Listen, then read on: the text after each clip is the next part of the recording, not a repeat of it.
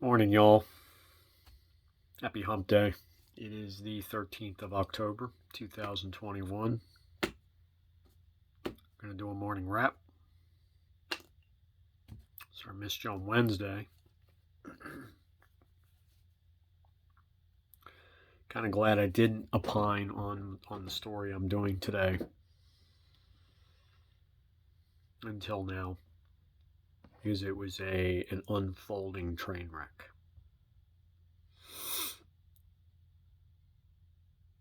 Still no special sauce in here.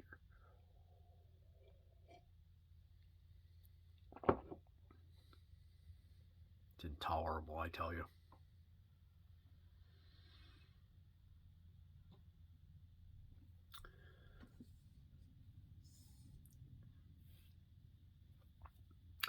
Every coach has mentors, has people that they look up to. And it's really sad when someone you look up to has a side that you just didn't see, and you realize they weren't the hero you thought they were all the time. But at the same time, you're not Pollyanna enough to think that lots of coaches have that darker side. There's a lot of pressures that come from being a professional coach. The job doesn't have that much job security. You get these long contracts, they can fire you. Then they negotiate it down, and you lose everything you thought you had. If you fail spectacularly and publicly. And then you fail in such an epic fashion that you're John Gruden. This one hits me badly. There's a lot of good things about John Gruden. He's an innovative play designer. Maybe not the greatest in-game play caller. Great motivator. Players coach for the most part. Builds camaraderie. And is just he's always conscious of the morale that he needs to build in his clubhouse or in the locker room.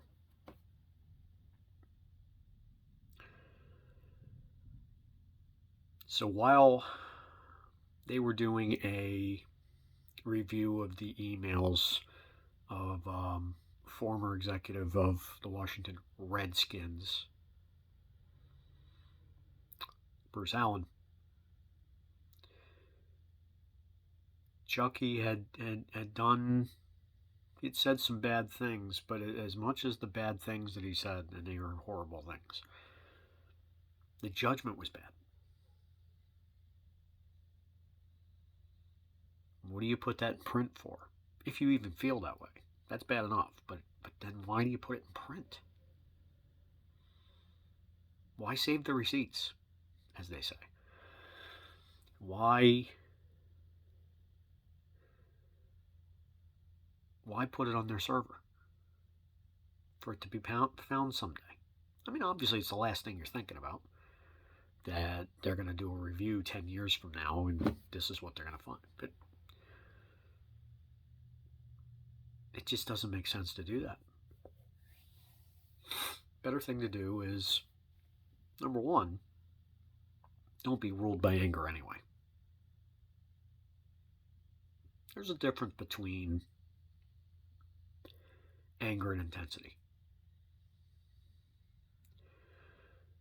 And the difference is control.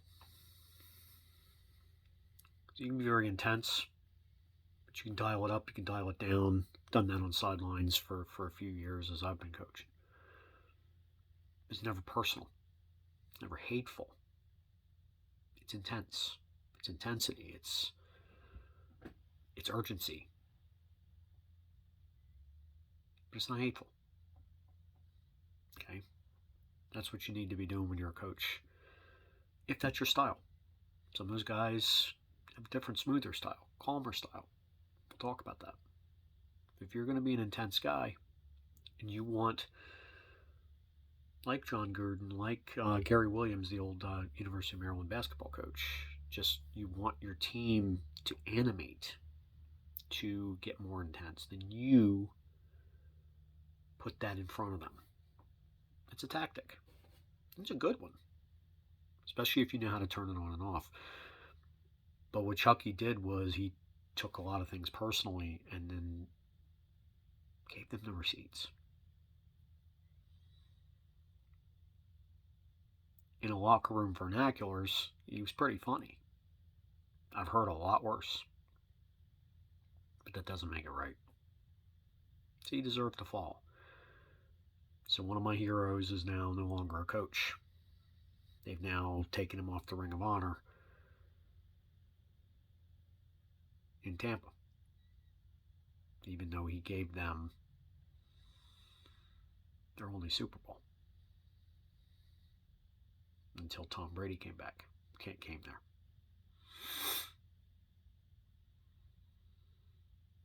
This is a franchise that had lost like 26 straight games at one point.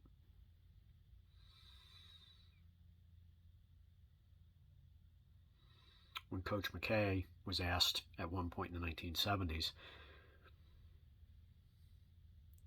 about his team's execution, he said he was in favor of it. That franchise has now canceled him. As ridiculous as that may sound, Chucky gave him the lever to do it. He shouldn't have done the things that he did. He shouldn't have felt that way. Some of the things he said were just dumb and Neanderthal-like. I mean, it's not falling on any swords here. He shouldn't have been thinking that way, and then especially not to put it in writing. So he'll always have a fond place in my heart. I'll always use the positive, more public examples of coaching that he gave me. I'll take the good and I'll flush the bad. You take the wheat and not the chaff. It's damn sad though. Having said that, cancel culture's getting bad. It really is. I was looking at the Constitution, and I keep looking for this section of the Constitution that says that you have a constitutional right not to feel bad. You have a constitutional right to not have someone say something you don't like, you don't have to hear something you don't want to hear. People are being mean to you, right? It's like in the Bill of Rights, right? No, it's not. The fact that the entire sports world was talking about this 3 days later and piling on him like maggots on a cow pie is disgusting. It's unseemly, and it's dangerous.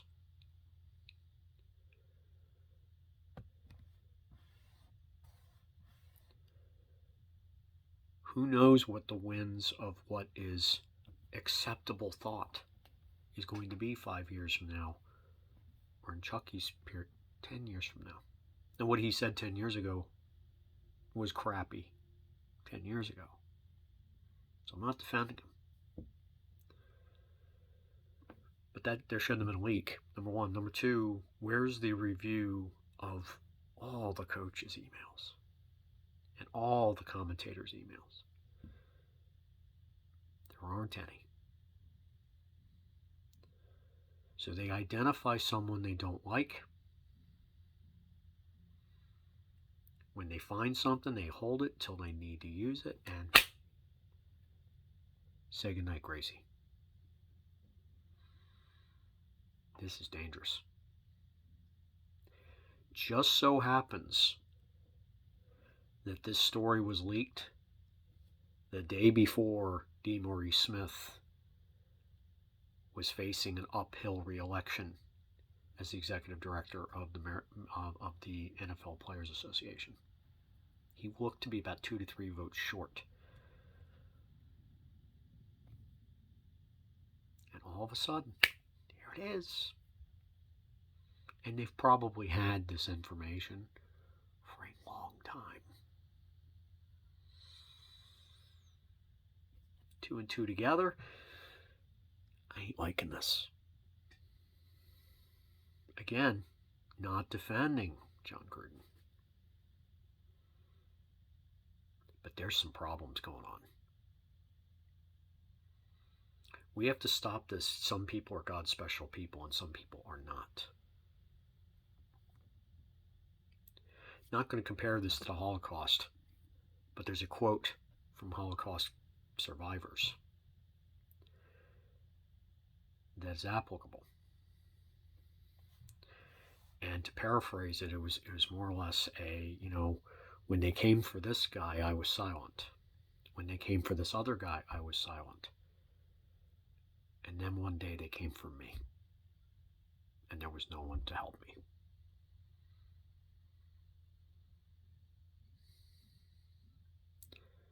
If you're a free-thinking, upright person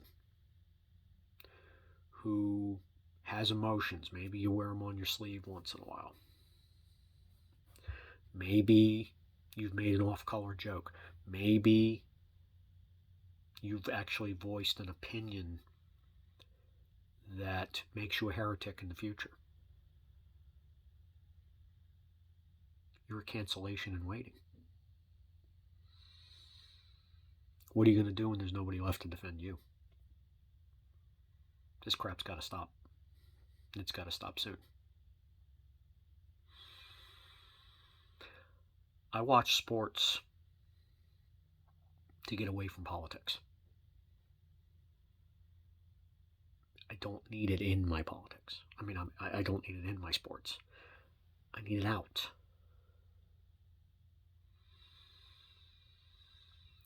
If I want some of that Frank's hot sauce on my wings, I will put it on. Don't put it on for me. I don't want it. I don't want it. This is very, very bad. So what do you do going forward? You have to be very careful. Number one, cleanse the hate in your heart. Get right with. That's a good way. Number two, take a deep breath before you respond to anybody. Assume there's a camera somewhere recording you. If you send an email, assume it's going to have been read. Now, soon, or 10 years from now. And it could destroy your life. Assume that nothing good can come from negativity. Even when you're right, sometimes you're not. It's not the right way to express it. And that's part of being an adult, is knowing sometimes you're right, but you have to hold your water. There's times where it's just not the time to fight. It's not the right fight. So you pick your battles. And you do those things. You battle when you have the leverage to win. But you don't do it with anger in your heart. You do it with a calmness and a surgical nature. Mentally a surgical nature. Like a lawyer. Not a shrieking hobbit on a battlefield. Just pick your spots.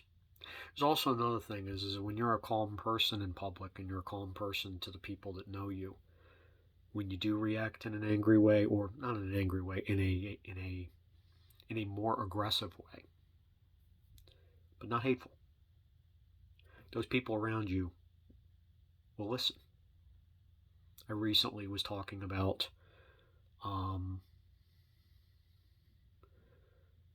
who's the next coach of the Jaguars should be, right?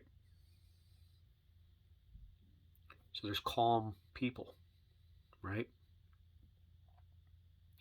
But when they raise their voice or they clear their throat, it's time. I'm going to address you. You can hear a pin drop. So when you have that quiet power and you have that calm, then when you talk, you get heard. Right? I think that's important. So whether it's Jim Caldwell, whether it's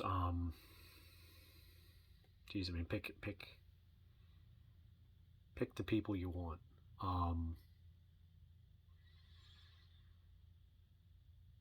That they're the old ex. Running out of the name for some reason, but give me a second. Being human here for a second. Tony Dungy. Yeah. So, I mean, you got Tony Dungy, you got Jim Caldwell, you got people like that. You got Jay Wright in basketball. He's a personal hero of mine.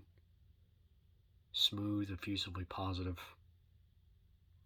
He can get after you with the intensity, the tone of his voice, the speed of his voice. Master manipulator in a good way, and only in a good way. That's the kind of model that you, as a coach, as a human, you should gravitate towards.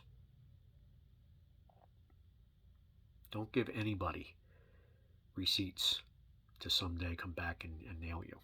It's like layaway, but in a negative sense. They put it on the account, and they figure out when they want to nail you in the court of public opinion. And in a petulant, idiotic society where we've now summoned the constitutional right to not be insulted,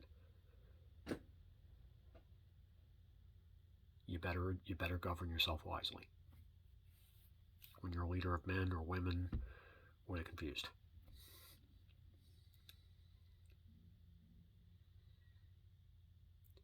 When someone's talking about sexuality, for example, I don't care what someone does in their bedroom.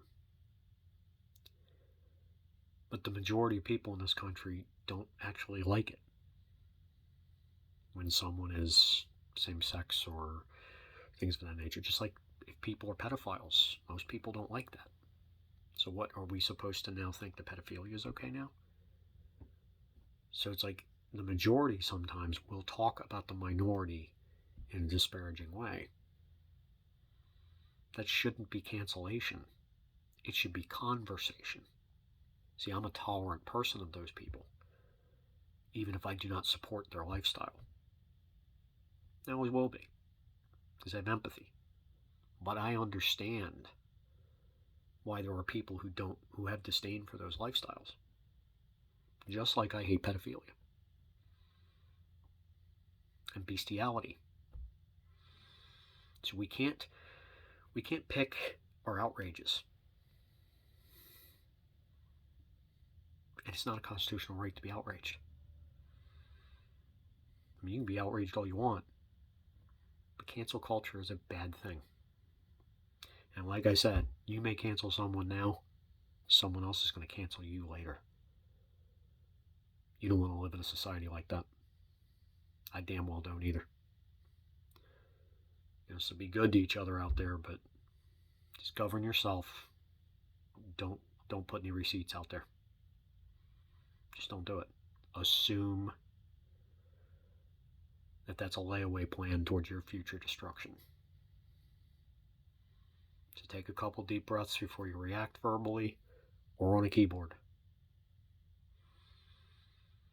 Try to approach things as a, hey, they have the right to do what they want to do. I have the right to do what I want to do. Don't try to control other people's decisions. It's not an effective way to run your life. Control what you can. Delegate what you can. And delete what you must. If you don't like same-sex partnerships, for example, don't hang around with them. Don't suffer it. Don't go out of your way to hurt people and hurt their feelings and create enemies. So while cancel culture is bad, govern yourself better, and that storm does not come up on your beachhead. Simple as that.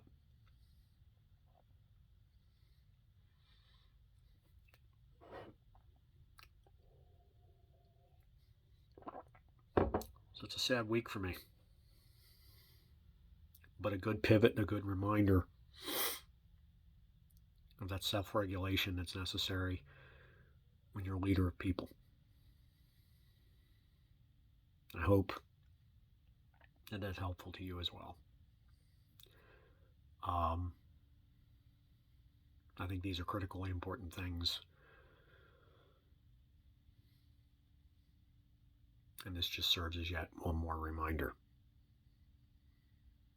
And as much as I want the politics out of my sports, it's probably not ever going to leave.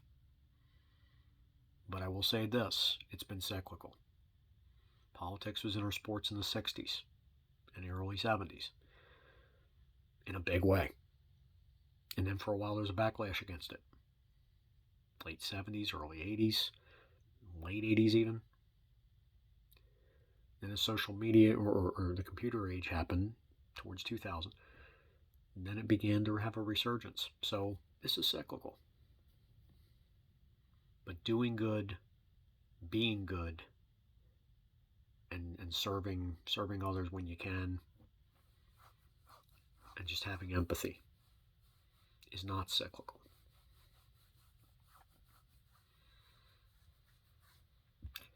So let's turn this sewage pipe that we've been handed this week 180 degrees. And let's learn whatever lessons are there, and hopefully that we just don't see a whole rash of this. And govern yourself, as I said, so that it does not come on your beachhead. Let that storm hit other beaches, not yours. Control what you can. Delegate what you can. Let the rest of it go.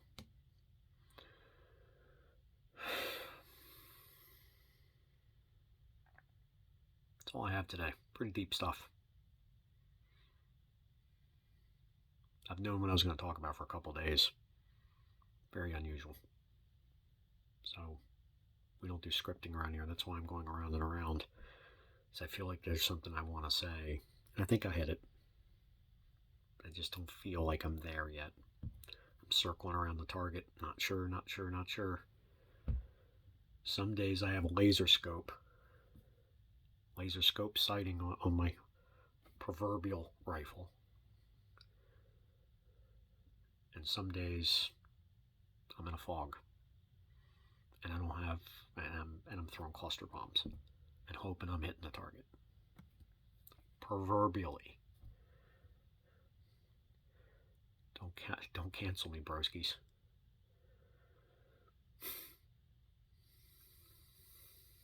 That's all I got. I shall be back on Friday. We'll see what it is. Hopefully it's something else.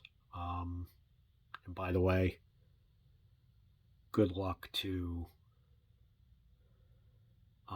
the new coach of the Raiders, Bisaccia. been a special teams guy, and that has been a really good. It's been a really good place to get head coaches. John Harbaugh, for example, being special teams guys, because they interact with the offense and the defense, and special teams is organized chaos. So maybe, just maybe, this guy can pull this thing together.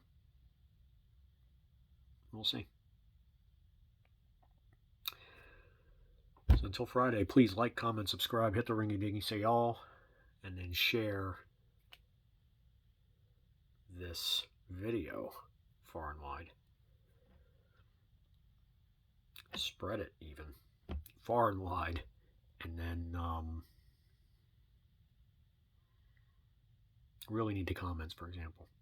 But spread it far and wide, because sharing is caring, and I do need all the caring I can get, particularly in my saddened state. You guys have a good one. Peace out. See ya.